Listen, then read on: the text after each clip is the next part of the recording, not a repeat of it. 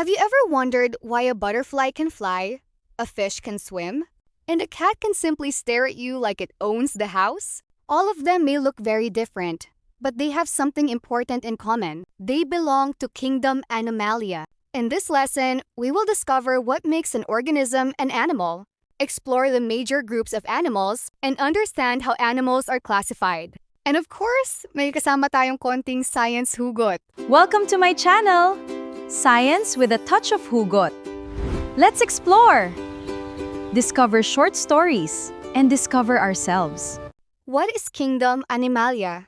Kingdom Animalia is the group of organisms commonly known as animals. Animals are generally multicellular, made up of many cells. Eukaryotic. Their cells have a nucleus. Heterotrophic. They cannot make their own food, so they obtain nutrients by consuming other organisms or organic matter. Mostly capable of movement at some stage of their life. And most animals reproduce sexually, although some can also reproduce asexually.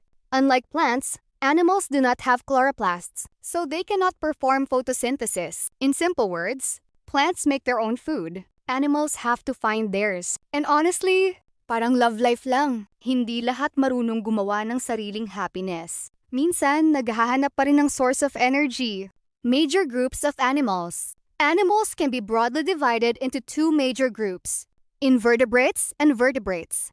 Invertebrates. Invertebrates are animals that do not have a backbone or vertebral column. They make up the vast majority of animal species. Examples include sponges, jellyfish, worms, mollusks, insects, spiders, crabs. Even though they don't have a backbone, they have developed amazing adaptations that allow them to survive in different environments. For example, insects have specialized body parts and behaviors that help them find food, escape predators, and reproduce. So remember, no backbone does not mean no strength. Parang tao, hindi porket wala kang kakampi, mahina ka na. Vertebrates. Vertebrates are animals with a backbone or vertebral column. They belong to the phylum Chordata, particularly the group called Vertebrata.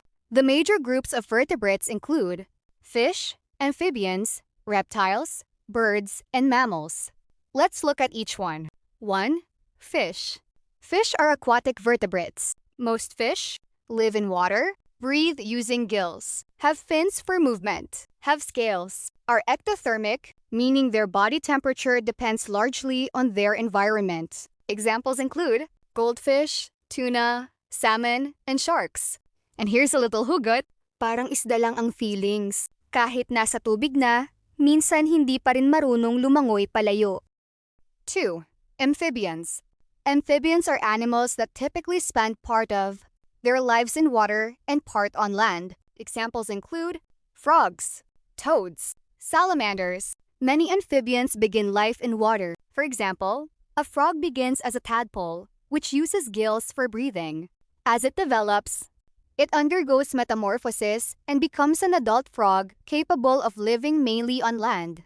So amphibians show us something important. Change is part of growth. Parang buhay. Hindi ka habang buhay magiging tadpole. May transformation talaga. Kahit minsan masakit. 3. Reptiles. Reptiles are vertebrates adapted mainly for life on land. Examples include snakes, lizards, turtles, crocodiles. Most reptiles have dry, scaly skin, lungs for breathing, internal fertilization, ectothermic body temperature regulation. Their scales help reduce water loss from their bodies. That's one reason many reptiles can survive in relatively dry environments. Science teaches us, adaptation helps organisms survive. Parang ikaw, hindi ka nagbago dahil gusto mong magbago. Nag-adapt ka dahil kailangan mong mabuhay. 4. Birds. Birds are vertebrates characterized by features such as feathers, beaks, wings, lightweight skeletons, lungs for respiration. Most birds can fly, although not all birds are capable of flight. Examples of flightless birds include penguins, ostriches, and emus. Birds also lay eggs and are endothermic, meaning they can maintain a relatively stable internal body temperature. And here's the hugot.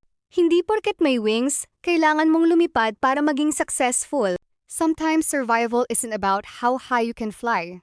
It's about knowing where you belong. 5. Mammals.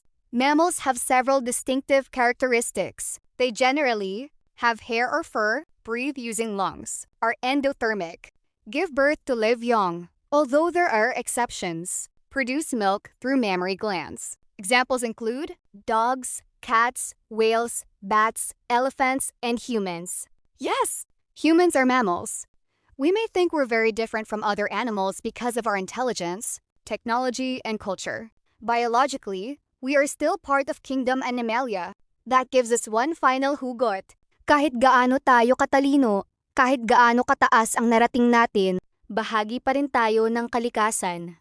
Invertebrates versus vertebrates. Invertebrates.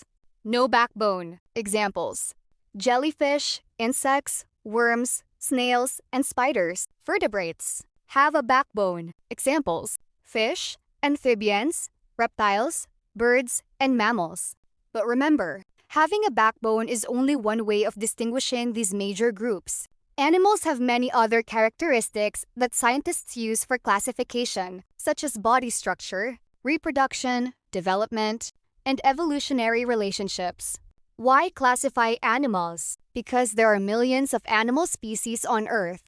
Classification helps scientists organize organisms, identify similarities and differences, understand evolutionary relationships, study biodiversity, communicate about organisms more easily.